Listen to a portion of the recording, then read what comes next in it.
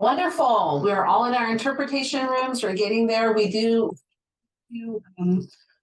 attendees joining us a little later, and we'll just remind you that the interpretation is down on the bottom of the screen. I'm Gabrielle Maffei. I'm very proud to be, for the past, now I'm on my 12th year as superintendent of Garden Grove Unified School District. And I'm here this evening. We're doing a repeat show. Earlier this morning at 9 a.m., we did the same presentation. But I'm here with Mr. John Marsh, who you heard, who's our Director of Instructional Technology that's been supporting us. And tonight you'll be hearing from me, as well as our Assistant Superintendent, Miss Lisa Chavez-Swartz. Hi, good afternoon, or good evening, everybody. And our Director of K-6 Instruction, Miss Melanie Makovich. Yeah, she's having a little technical difficulties, but she'll be on as soon as she can. Yes, okay. Thank you. Working on the video. The video is the hard part. So this evening, we'll be sharing with you some information for our transitional kindergarten. So we have about 68 people online. We had about a little bit over 100 today. So I think we'll have some additional folks joining us. Super excited about welcoming your transitional kindergarten child. So a few housekeeping items. There is a Q&A, question and answer, down at the bottom. You could go ahead and type in your questions as you have them. Some of the questions I guarantee will be answered during our presentation, but throughout the presentation, when other people are speaking, I'll go in and answer some questions, and towards the end, we'll have the opportunity to answer any questions that haven't been answered through the presentation. So we'll get started with our first slide. We've already done a little introduction to the folks who will be presenting. There's some of our adorable TK students. And our agenda this evening is I'll be doing a general overview of what transitional kindergarten is. Ms. Chavez-Swartz will be talking more at the school-based level. What is the schedule? What are some of the expectations? And then Ms. Makovich is going to be going more into the curriculum. Next slide, please. Everything we do in Garden Grove Unified School District is always so for our students, academic content, academic English, and scholarly habits. That's learning how to be a student. In addition, goal 2, our personal skills, are about supporting students' motivation, their well-being, and ensuring that we have a warm and welcoming climate and culture. If students are provided the academic skills and the personal skills, goal 1 and goal 2, they will have and experience lifelong success. And that's what we want. I'm sure parents, you've seen those banners that are up around in the cities and at the schools showing our successful graduates. Over these last few weeks, we've had students come in with their cap and gown, and they're taking their picture for those banners. I bet you want your child to be on one of those banners. Well, one of the best ways is to get a good start in transitional kindergarten. And that's what we're going to be talking about today. Next slide. So part of the Garden Grove way is the approach that we take. We're parents as well, and we want the best for your children, our students, just as you do. So a little bit of background about Garden Grove. We are the 16th largest district in California and the 3rd largest in Orange County. We have schools actually in 5 cities. So the majority of our schools are in Garden Grove, but we do have between 4 and 6 schools in Santa Ana, Westminster, Fountain Valley, and we also have a school in Stanton. And we do have some students who also live in those cities, as well as Anaheim and Cypress. We have 6,000 employees and 67 schools. So elementary schools, they're 45. Ms. Chavez-Swartz gets to oversee 45 elementary schools, which is quite a bit. We serve, actually, it says nearly 38,000. This last year, we had almost 39,000. And we do have a large immigrant community. You're going to be hearing later on about breakfast and lunch programs, which are offered free for all students in the community. We do have about 50 languages spoken, and we have a very diverse ethnic population. Next slide. So these are just some. I like to spend my time bragging about Garden Grove Unified School District, because I'm so proud of all of the accomplishments of your wonderful children. So we were the first California exemplary district named by the state of California in Orange County. We have the largest number of California distinguished schools proportional to our size in the state. We just recently had 3 this last year, 3 national blue ribbon schools at once. There were only 6 national blue ribbon schools in the entire Orange County, and we had half of them. We don't have half of the students. We only have probably about 10% of the students. All of our schools have been ranked by US News and World Report. And as you see the pictures here on the top, you see our graduates. And as a TK parent, especially if you don't have older children, you might be thinking, oh, that's a long way away. Believe me, it happens before you know it. My husband and I have a son who's almost 36 and a 29-year-old. And it seems like just the other day that they were in kindergarten. Back in their day, there was not transitional kindergarten. I'm going to explain a little bit of the history of it. Next slide, please. So some of you may remember back to your childhood and say, what is transitional kindergarten? Is this something new? I haven't heard of this before. And if you feel that way, you're not alone, because I'm 57, but when I was a child, there was not transitional kindergarten. And when my children were growing up, there was not transitional kindergarten. It just started back in 2010. And here's a little bit of information of how it started.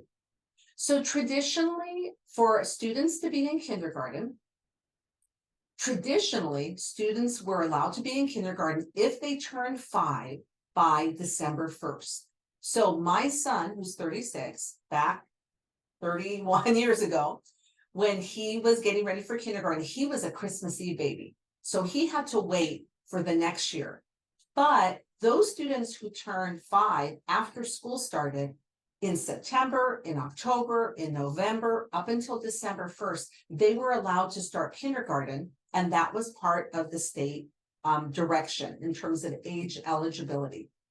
That changed back in 2010. So about 14 years ago, the state announced, we're going to start moving back the date to start kindergarten because we think students who are still 4, it's too soon for kindergarten.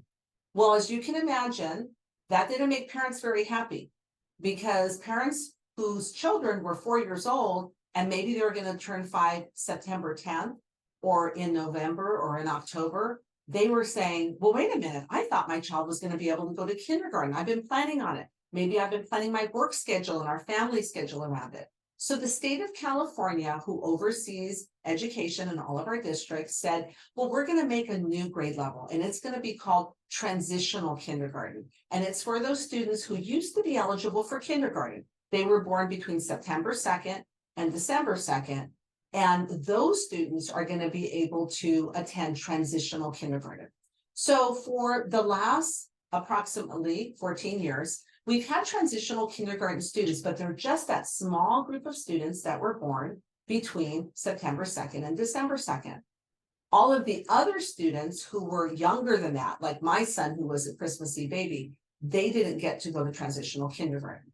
Well, we as a school district have been talking to the state and saying, state of California, if you're going to offer transitional kindergarten, every child should be able to take it, a full year of transitional kindergarten prior to kindergarten. That's the best thing for students and the best thing for families. And finally, the state of California listened to us and many other districts, and they decided to extend the transitional kindergarten for a full year of students. So students who are born between September 2nd and September 1st of the following year, every year, that are 4 years old during that time period, will be able to enroll in transitional kindergarten. When the state announced that plan in spring of 2021, they decided to take 4 years to roll it out. So you can see this little chart here that shows that, and it's kind of cut off a little bit, but the first little student that shows 22, 23, they were only going to accept between September and February. Then last year, expand to April. Then this year, expand to June 2nd. And then by the end of the following school year, they would expand for the entire year. Well, when we talk to parents, families, students, staff members, our kindergarten teachers, they said, we want everyone to have a year of transitional kindergarten. It's such a great program. So we decided to accelerate, to move up the timeline. So starting this last year, we accepted students throughout that entire time frame. Next slide. So what does that mean? That means that children who were born between September 2nd, 2019 and June 2nd, 2020, so they turned 4 back this last September, or they're going to turn 4, or they just turned 4, actually June 2nd already passed. this last June 2nd, they're automatically eligible to enroll in transitional kindergarten for the coming school year. So if your child is between those two dates, September 2nd, 2019 and June 2nd, 2020, if you haven't already registered for transitional kindergarten, Ms. Chavez Swartz is going to explain to you what you need to do, but this is the time to register.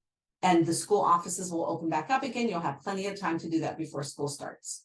For children who were born between June 3rd, 2020 and September 1st, 2020, that's what we call the summer babies. The state of California decided to provide some penalties for anyone who offered the transitional kindergarten last year to the younger students. So we were able to guarantee, though, a spot for any of the students. So if your child's born between June 3rd, 2020 and September 1st, 2020, we allowed you to register and we sent out all of the information. If you haven't registered yet, if you missed that June 6th registration deadline, we will still try to accept you depending on space. But we have to be very cautious because, as you'll hear from Ms. Chavez Swartz, we do have a class size of 20-1. So we can accept additional students and go over that class size, or we will be subject to penalties from the state of California. Next slide. So now Ms. Chavez Swartz is going to explain how do you register and some of the important elements of transitional kindergarten. Hi, good evening, everybody, and thank you for being here. We're so excited to have you. And I know for some of you, you have students that already attend Garden Grove School, but for many of you, this is new to you. This is your first child maybe that's attending TK. And so we're here to tell you that, first of all, we're here to help you. We're here to support you. And all of our schools, if this might be your first time, all of our schools are very experienced in helping our parents to register for school. So as you see from this slide, we're going to go over how do you go ahead and enroll your students. So the first thing that we would need our parents to do is to go, you'll see that highlighted there on the website, the enroll.ggusd.us, or you can access it through our regular website, ggusd.us. There's a big button right there on the bottom. When you scroll down, it says how to enroll a new student. But the first thing we would have our parents do is create a parent portal account. So you go online and you start the registration for your child. They're going to ask you some questions around it. The whole process takes maybe between 20 and 30 minutes. You would need a valid email address and a computer to do this. If this is something you need help at the school at, as Dr. Mafi said, our school offices are going to open on June 29th. And we would just encourage you to go to the school. All of our schools have computers in the office, laptops. They're able to walk and sit with you through the process. We have different speaking liaisons at all of our schools, or we can find somebody if there's another language that's needed as well. So I just wanted to make sure that you all knew that there is support for you at the school site if you're struggling at all doing this at home and getting your student enrolled. So that's the first part of it, is getting your parent account going and then starting your application on through that website from there. From then, to complete the process, you would then need to go to the school site, as you would need to give some verification from your students. And those are those 3 bullets that you see there. So when you register through that Enroll GGUSD, they're going to give you a list of what is eligible for each of these areas. So for instance, verification of a birth date. So obviously your child's birth certificate, that would be ample verification to fit that requirement. But there's other things on there if you didn't have that you could give as verification. The immunization record. So as you're preparing to register your student, and you're doing your doctor visit, making sure that you have everything that you need that is going to be needed for school. And again, that list would be on that website to tell you what you would need to bring to the office. And finally, that address verification. So that's just saying that you live in the areas of our school. They will have at the office, they will double check that. They will ask for some verification. It could be one item that's listed like a tax return or a mortgage bill. Sometimes if you don't have those things, they'll ask for 2 items like your utility bill or your driver's license that says the verification of your address. Again, there's a whole list on the website that would give you what you need to bring in to show to the office. They will be able to help you through that process if you have any questions. As Dr. Mafia was saying, we do have our age eligibility. So as soon as you bring that birth certificate in, the secretary or the clerk or the liaison at the office, they're going to match that birthday with the grade level. And they're going to make sure that they're TK eligible to be at the school for the registration piece of it. Now, sometimes we have questions from our parents, and this came up earlier at the earlier meeting that we had. Well, my child might be TK eligible, but I really, I kind of want to wait and put them into kindergarten. So our recommendation for those things is really giving your student that extra support, that whole year of TK. It is the 1 year of the 2-year program to really give your child that, that support going into kindergarten. You're going to see in a little bit what the schedule looks like and the curriculum and how much care we've taken to really make sure it's a successful program going in for your child. The other question sometimes we get is, okay, my child is TK eligible, but I don't think they're ready. I want to keep them at home and I want to just register for TK the following year. So that one is something we would have to have a conversation, because basically it's like kind of retaining our students, and we want to make sure that they're age eligible for what they're going in the grade they're going into. So if you're feeling that way at all, please talk to your school. We will have conversations with you, but really we are just asking our parents, as they look at the birthday of the students, that we're looking at our age appropriate placing for all of our kids. Next slide, please. Okay, so I know this is a big question for a lot of the parents. What does the day look like for my kiddo? And as you see, this is an example of a schedule. Now, it's going to vary from school to school, depending on, the kind of scheduling that the teachers are working at and with the school. And I know when you first look at it, you might say, wow, that's a full day. My child is 4. They're not used to this setting. I'm here to tell you, and so will Melanie Mathevich, to let you know, we understand those things. We are really taking it slow with our students, especially at the beginning of the year. We know for them, it's really coming in, and this is a new setting for them. They're there might be the first time that they're around that many students. And we are very fortunate in our district because we do cap our class sizes at 20 students for our TK classrooms, and that's including if your child is in a TKK combo as well. We have a full-time teacher that's credentialed specifically with either experience or early child development skill sets that they are required to have to teach a TK class. We also have a full-time aide in all of our classrooms that will get to know your child so well and be so helpful with the teacher. So we're looking at those 2 full-time adults with 20 students in the classroom. So we feel very fortunate to have that in our district to really support our students. Plus, the school has other support staff that they have. They have additional aides. They have people that work on behaviors with students. So we have a lot of resources at our schools that we look to really help with that transition when your child steps in that TK classroom. So I'm going to go very quickly over this calendar, but I want to explain, over the schedule, but I want to explain it a little to you as well. So you have a good idea what the day is going to look like for your student.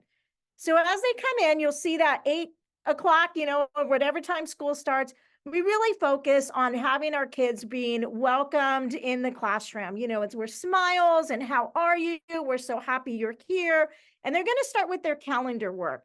And that is just simply going to be like the days of the week. What is the weather outside like? Conversations with the students, having them, a lot of times they sit on the carpet and they have a conversation about what is the opening of school? What does today look like? How are we feeling? And really working on some vocabulary development and just that opening, welcoming to school. After that, a lot of our schools will go into what you see called foundational skills. And that's not just in TK. You're going to see that in kindergarten and primary classrooms, because that's about our phonics and our development, our phonemic awareness for our students. So in TK, it could look like the letter A. We're going to practice the letter A all week. We're going to say it. We're going to work on, looking around the room for things that start with A. You'll see some singing. You'll see some artwork. But that's getting our kids ready to really understand their alphabet, their letters, their sounds, getting them ready, again, when we hand them off to kindergarten. And that's going to be an up level from there. You see small groups there, and small groups are so important in TK. So that will be those 20 students or less will then be broken up into smaller groups and given some kind of task to work on. And this is really important because it's teaching our kids to communicate with their peers. It's teaching them to use their vocabulary, to share, to be independent, along with doing the work at their table. But more importantly for us, it's really giving them that feeling of small group where the teacher can then, or the aide, can go from group and group and really help our students. And if some are struggling on something, then they can spend a little bit more time on them and really help our students to kind of work in those small group settings. Math is very similar to what the foundation skills would be like, and learning their number sense and their numbers. Again, a lot of singing, a lot of artwork, things that you could follow up at home. I know a question earlier was around homework. Do TK students have homework? And in these settings, it would be just follow up from what they're doing at school. So your school teacher might tell you, we're working on the number 5 this week. So maybe at home, your homework is thinking of things around the house that have 5s, or kind of counting out 5 beans, or whatever it might look like. You'll see in there too, we have recess. Recess for our TK students are very important because we want our kids to really practice those physical, what we call gross motor skills. Those are those big movements that our kids have. Sometimes it's, riding a tricycle. Sometimes it's playing with a ball. It's our kids practicing using their muscles, really getting out there and getting some exercise, but in a very structured way that we have. Just so you know, for the safety of all of our students, our TK students play in that, it used to be our kindergarten area. It's all fenced in. There's playground equipment there, and there's always an adult on duty watching our students and helping them with their interactions. So recess, again, is very important for our students to have that time to kind of, movement and move around, but also practicing with their muscle skills. Science and social studies is usually embedded within the programs that they do for foundation skills, reading comprehension that the teacher works on, but they can do projects, a science project with the students. Sometimes you walk in, I walk every single TK classroom all year long. I go to all 45 schools, and the wonderful things they're doing, like watching a plant grow and how does that connect to science, or labeling different things around a plant, all connects into those areas. All our students have lunch, and this came up earlier as well. Again, very fortunate in our district, because we were doing this before the state or anything, but having free lunch for our students. It came up earlier, do we pack a lunch for our students? What does that look like? So you will get a menu from your school, and you can see what all the lunches are going to be for the month. And you can make that decision. Sometimes it might be something your student doesn't like, and then you can send a lunch. But for the most part, the majority of our kids go ahead and have our lunch services at our school, as well as breakfast. Again, lunch was, a good time for that independence piece, having our students pick up after themselves, open their own containers, and really just, having that, they enjoy it. They talk to their friends, are excited about what they have for lunch. After that, we have our reading comprehension time. And as you see in this picture, it's a lot of times it's our teachers reading a big book with the students, asking them questions, what color hat is this cat or whatever that is in the picture wearing? It's wearing a red hat. What are they doing?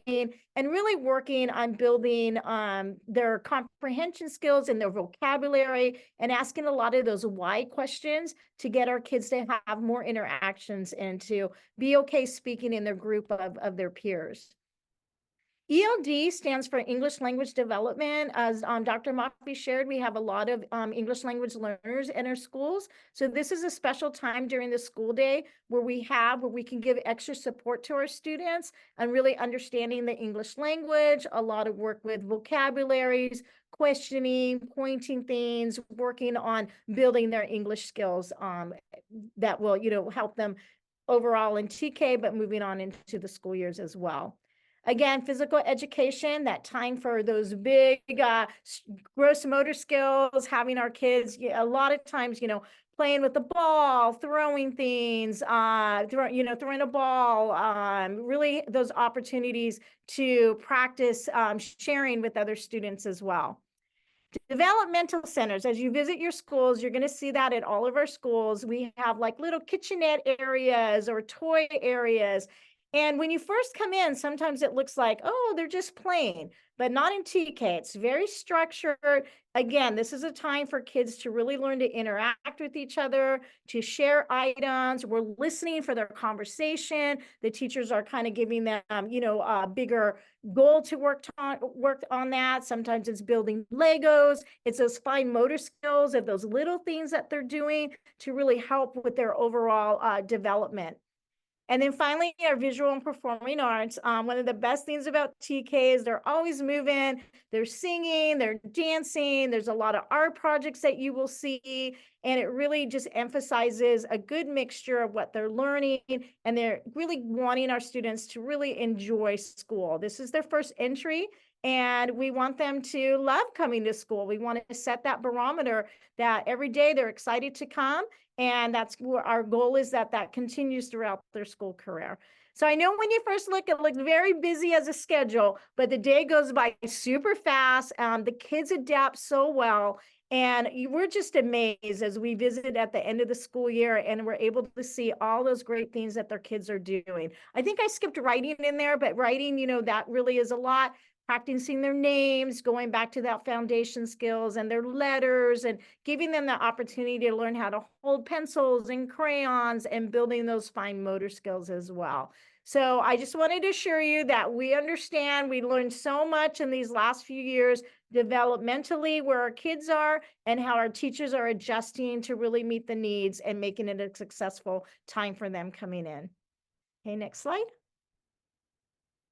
And now I'm going to hand it over to Mrs. Malkovich, and she's going to talk to you a little bit about, in that schedule, what is it with the curriculum that they're doing. Melanie. Thank you, Lisa. Good evening, everyone. And wonderful to have so many people with us and so many new future Garden Grove families with us. So just building on what Lisa said as she's sharing about the structure of the day, some of the curriculum that we use throughout the day, I wanted to give you a little more information on that. We do have our board adopted programs for ELA and math, and they're the same publishers as the other grades, but they are specific for TK. So for example, ELA is our English language arts block. That's inclusive of reading and writing. And that's where we use World of Wonders and Learning A to Z. Learning A to Z are little readers where students are exposed to reading, letters, and the introduction of sounds and so forth in that program. For math, we use a program called Everyday Math, again, specifically just for TK. And as Lisa mentioned, science and social studies is embedded a little bit more thematic at the TK level. Everything that we do in TK is developmentally appropriate to the student's age. TK is not a repeat of kinder. I get asked that question a lot. It's not going to be the same. It's not preschool and it's not kinder. It is that stepping stone, that bridge to kindergarten. And with the adjustment and the age of the students coming to us for TK, we've really worked hard to make sure that our TK program is specific to that age group and those developmental needs. So as Lisa shared, the day might look very structured, and some parents worry, is it overly academic? And some parents worry, is it overly developmental? And we really go for that balance so that students are getting what they need for their age and their ability level, and that we're still pushing them along. We want to prepare them and give them those academic skills that they'll need for kindergarten, but at the same time, just making sure that they're happy to be there and they're getting developmentally appropriate curriculum. The strategies that the teachers are using are developmentally appropriate, and that it's fun, and they're learning through structured play. Again, as Lisa had shared, when you look at a TK classroom, sometimes you might think, are they just playing? But everything is purposeful. Everything that you see is planned. It's thoughtful. It's not by accident. Even their centers, the developmental centers, it's all very planned. And everything that the students are doing and that the teacher has prepared is specific to a certain skill that they want that child to develop. Everything is also aligned to the California TK Learning Foundations, and those have been refined over time, and they really outline some of the initial skills that students would need to develop or hopefully develop in TK that prepare them for kinder. But something else that I hear a lot is, what if my student doesn't learn certain skills? Will they be behind? In TK, nothing is considered to mastery the way you might think about another grade level. This is really exposure. Your child can't really be behind in TK. If they learn how to be at school, play with other students, engage in a lesson, participate, cooperate, have those personal skills and interpersonal skills, and they're developing some of those early literacy skills and early mathematical skills, they're doing great. So just for you to keep in mind, in TK, nothing is to mastery. It's all introductory and foundational, and it's that stepping stone to the kindergarten standards. Thank you so much, Lisa. I'll turn it back over to you.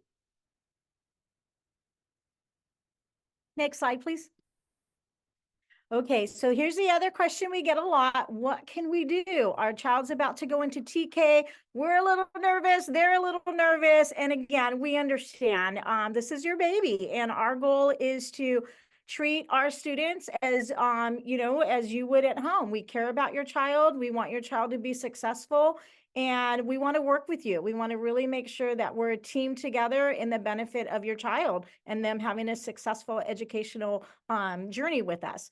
So these are probably some of the questions we get the most is around potty training. So we know everybody there in this group is doing their best at home, and we might have kids at different degrees of it. And so we wanted to let you know that we are prepared to be supportive and helpful in this area. Most that you can do at home is going to be greatly appreciated. We do have, again, as I said, a full-time aide, and part of their job duty is to help with toileting as needed. The more that, again, that we are working together and at home and getting our child ready for this, because we understand using the restroom at home and what you do is very different from school. We had students that first started, you know, just opening the door to get in the bathroom was a challenge because it was a lot heavier than the door that they had at home. We have ordered for all of our schools to make the toilets, you know, more TK accessible. We have little stepping stones for them and things like that. That's really going to help them because it's going to look, again, different than it does at home. And so we are working right now on getting some resources for all of our families. Right after our morning meeting that we had, we're working with our parent outreach group. And so we're looking to be able to send out some resources to everybody to kind of help them in this area if there's some struggle in there. So our ask today is really just continue what you're doing, getting them ready for that. If they're having, you know, we know kids are going to have accidents, then we'll work with you at the school. If you know your child is struggling in this area, though, I would really recommend to you talking to their teacher and their principal right off the bat so we can just, you know, kind of be on the same page. What's worked for you at home that we could do at the schools? I know a lot of you use, you know, those positive reinforcements, those stickers, talking to your student about it, but getting them ready for it. It's not, you know, we don't want them to be afraid of using the restroom when they come to school. But I just wanted to let you know, we're also here to help and support you and then appreciate everything that you're doing to get them ready for that adjustment that's coming ahead. Some other things that you can do is reading to your child, and especially about kindergarten. Talk to them about what they, what to expect from there based on what we shared with you, that it's going to be really exciting for them. They're starting school. I know sometimes for us, the first couple of days are so exciting for the kids. And then that Monday morning comes and they're like, what? I have to go back. So just that continued, you know, excitement for them. And we're so proud of them and look at their learning things and making that a really special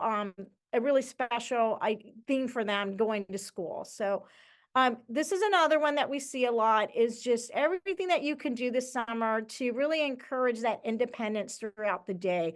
Things like getting dressed on their own, you know, I know the socks and the shoes, and what we hear a lot from parents is, especially the first couple of weeks of school, just getting them to school on time because it's a little slower for our guys in the morning. They're trying to get everything together, all their stuff, getting ready to get on the bus or for you to take them to school. So all those things that they can do to really help themselves and learning how to, you know, get their shoes on and get their clothes in a timely manner, get all those things ready and those small tasks that you do every day. And then as your parents are helping them, kind of decreasing that assistance over the time, especially maybe things around eating. Can they open their own containers? Can they pick up after themselves? All of those things are going to help them when they come into the school setting. As we shared, there's a lot of singing and just art and different things that we do at school. So anything that you can do with that for your child in the summer, getting them ready, pointing out letters. You can be driving in your car, hey, if you see the color blue, you see a blue car, you see a big letters that you can kind of point out to your children, whether you're in the car, you're at home, playing a game around the house, find everything that's red for me or something like that. And then finally, just also helping your students with their name. I know they get so nervous when they come to school, and they might be so chatty at home, and then they come to school and somebody might say, "Hi, sweetie, what's your name?" And we don't get anything. So just, having them practice that so they're not nervous about, "My name's Lisa and I'm in TK and Mrs. Jones is my teacher," and learning those kind of things as you get to learn their teachers and their room numbers in their school. And then again, you see that holding the pencils and crayons, any practice like that, that's that fine motor skill. We have those big pencils in the TK for them to hold on to, and those bigger crayons as well. But all those things that you can do this summer are really going to help your students to get ready for their TK entrance. Next slide, please. And then we also wanted to share some things that are available for all of our families. So if you're new to Garden Grove, you may not know that we do have family resource centers that in all of our trustee areas. And so again, you can find these on our websites, but we do have 5 that are around. And these are really housed with our different language liaisons, and they're there to support our families. So if there's any kind of need that you're having, maybe it's a referral that you need to a doctor, or maybe it's something that you are looking for some counseling, or you're, anything that you might think like, oh, you know what, I need to ask somebody or get some support. Our family resource centers are available to all of our families, and they're a great resource that we have for everybody. There's plenty of opportunities for family engagement. So at your school site, you're going to get calendars from your schools. Each school has a website that has a calendar for all the events that are happening. We have a lot of cultural events. We have, our typical back to school night and open house, but we're so proud. There's so much that our schools do. Gabriella and I are going to events all the time at the schools that they're doing celebrations, and they have like assemblies and a lot of ways for you to get involved at the school. They have our PTA or our PTO at all of our schools as well. On top of our school sites, we also have a whole outreach here, parent outreach at the district office. And throughout the year, they host a lot of either webinars like this, or they have in-person meetings helping them in various subject matters.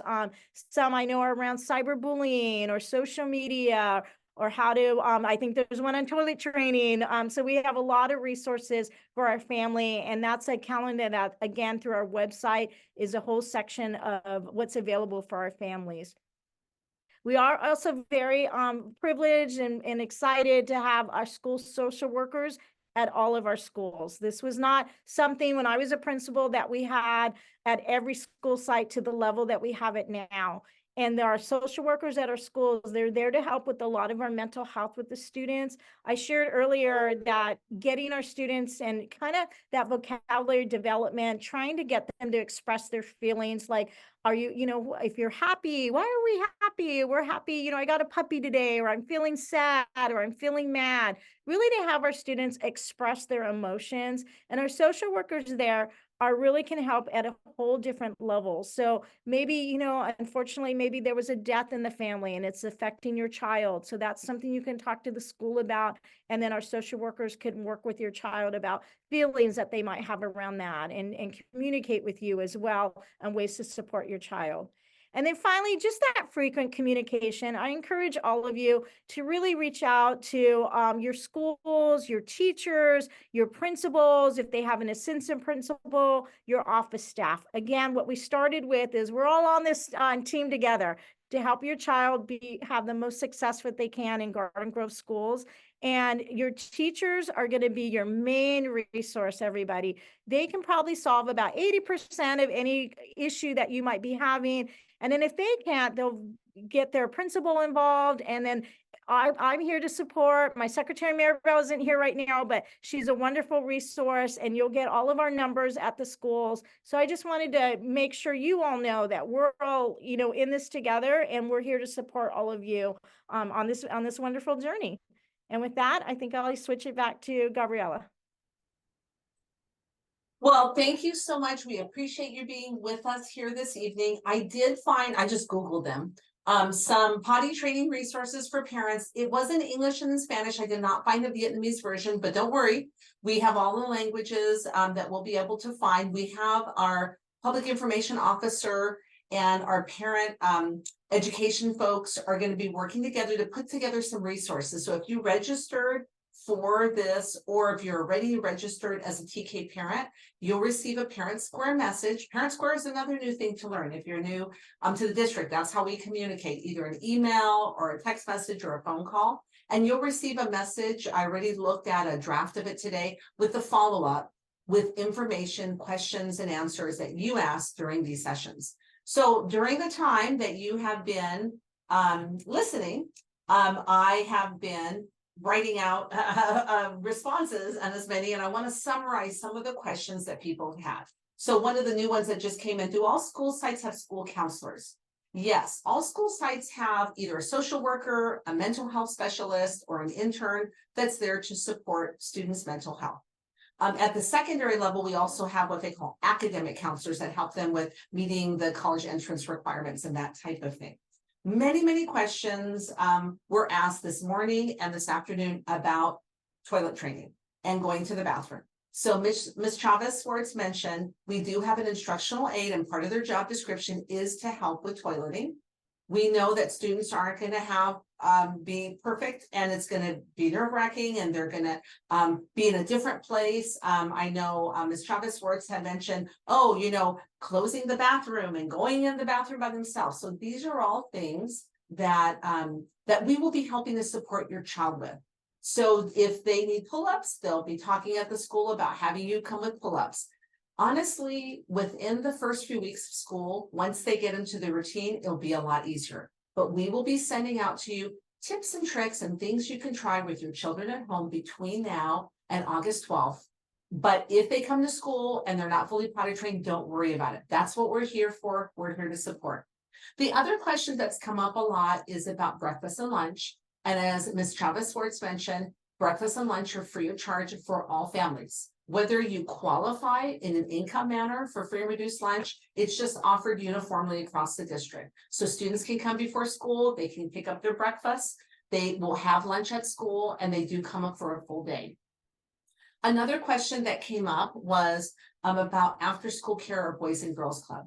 Our Boys and Girls Club programs are in all of our elementary schools, all 45, but every school is a little bit different in terms of the timeline. Usually in that first week or so of school, or even prior to school starting, you'll get some information. If you have an older sibling, you already might have them in Boys and Girls Club over the summer in some of our summer programs. And so the school will be sending out more specific information to you. Another question that came up was about ensuring that their children have their needs met during the day. Maybe they don't know when to go to the bathroom, or they don't know what to do. Rest assured, and as Ms. Chavez Swartz said, we know these are little kids. These are your babies, and we will take very good care of them. The teachers and the instructional aides are very well trained, and they are with children all day. This is their job. So they know what to do, and they will feel very comfortable supporting your children. I will say, when I go around, as Ms. Chavez Swartz had mentioned, and the first month of school, I can't believe, that's the first day of school, the kids are like, goodbye, bye, mom and dad, and they're like running into class. They're so happy to be there. Obviously, there's going to be some bumps in the road, something they have to get used to, just like for us whenever there's any change. There's a few more questions that have come up.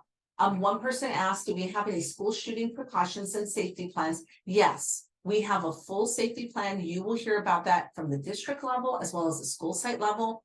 All of our schools, we actually just finished a new, and we're in the process of finishing a new beautiful gates in front of the school. We do have closed campuses. Your children are enclosed and they're very safe when they're with us. If you already had a Parent Square account, you do not need to create another account. You will just be able to add that child and you'll be receiving that information from your school site after you finish registration. And for those of you who started the registration process, you will have the opportunity to finish it on July 29th. So if you started submitting your paperwork, you're not quite sure where you are, we had a few questions about that, then you will go in on or after July 29th when the elementary offices reopen, and you have plenty of time, 3 weeks, that they will be able to help you. And with the parent portal and Aries account, we have a computer in the office and the staff will walk you through and you'll walk away knowing everything you need to know. Dr.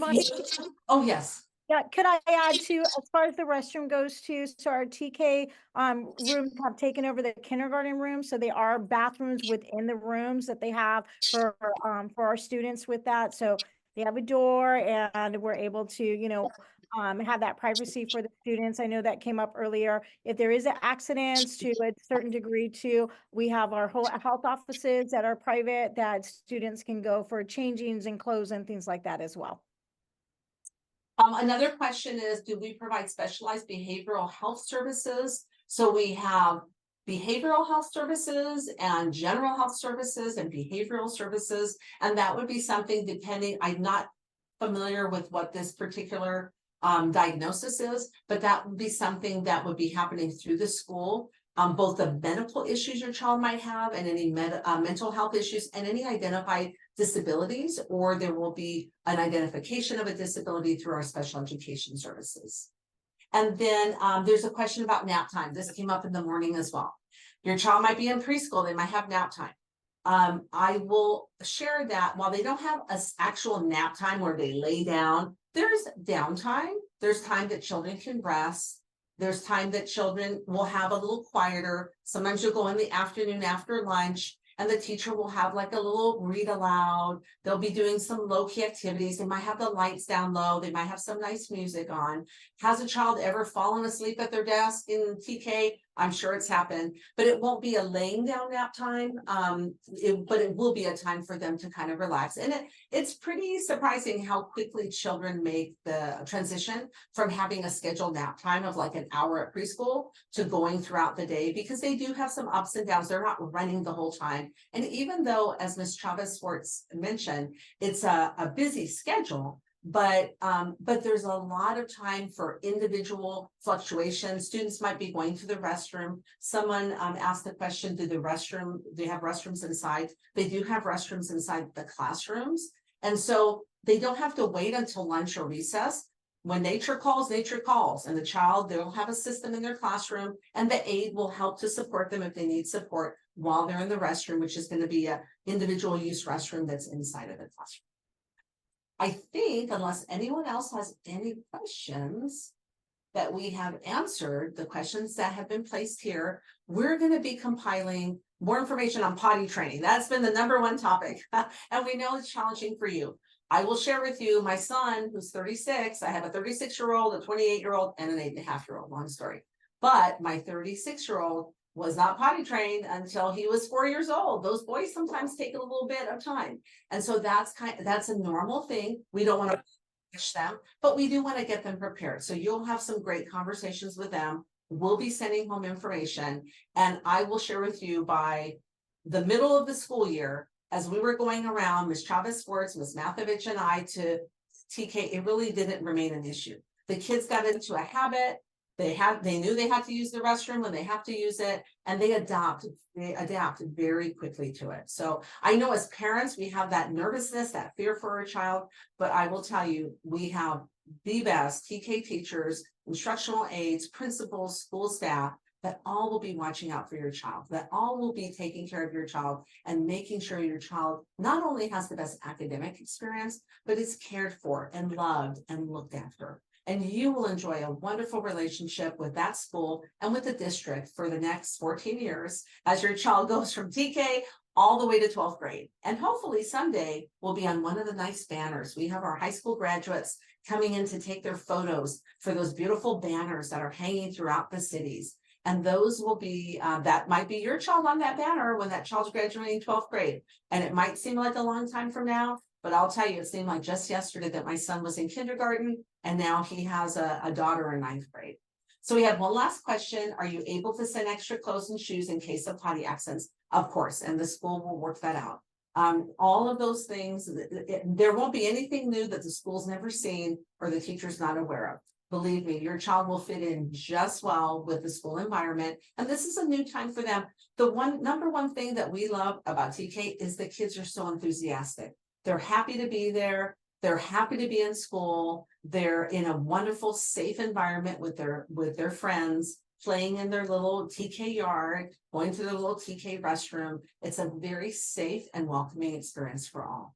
So I want to thank all of you for being here tonight. We are going to be sending out to all of our registered TK parents and anyone who registered for this webinar, the recording, whichever one was better, the morning or the evening session, as well as some information, written information and resources, and we will have those available in Spanish and Vietnamese as well for you to be able to share with your family. Congratulations on starting the journey, the transitional kindergarten journey. It's such a special time in your life and in your child's life. We wish you all the best. We're here at the district office. We're open 12 months out of the year. Earlier in the morning, there were questions on transfers. I didn't see any this evening. But if you have transfer questions, you can call the district office. If you have questions now that the school is closed until July 29th and you just want to make sure of something, you can call the district office 714-663-6000. And you can just tell them what your question is and they will make sure that you are directed to the appropriate office. So thank you so much. Thank you, Ms. Chavez-Wertz and Ms. Mathovich and Mr. Marsh for helping us and all of our interpreters. And we hope you have a wonderful summer. We look forward to seeing you on August 12th.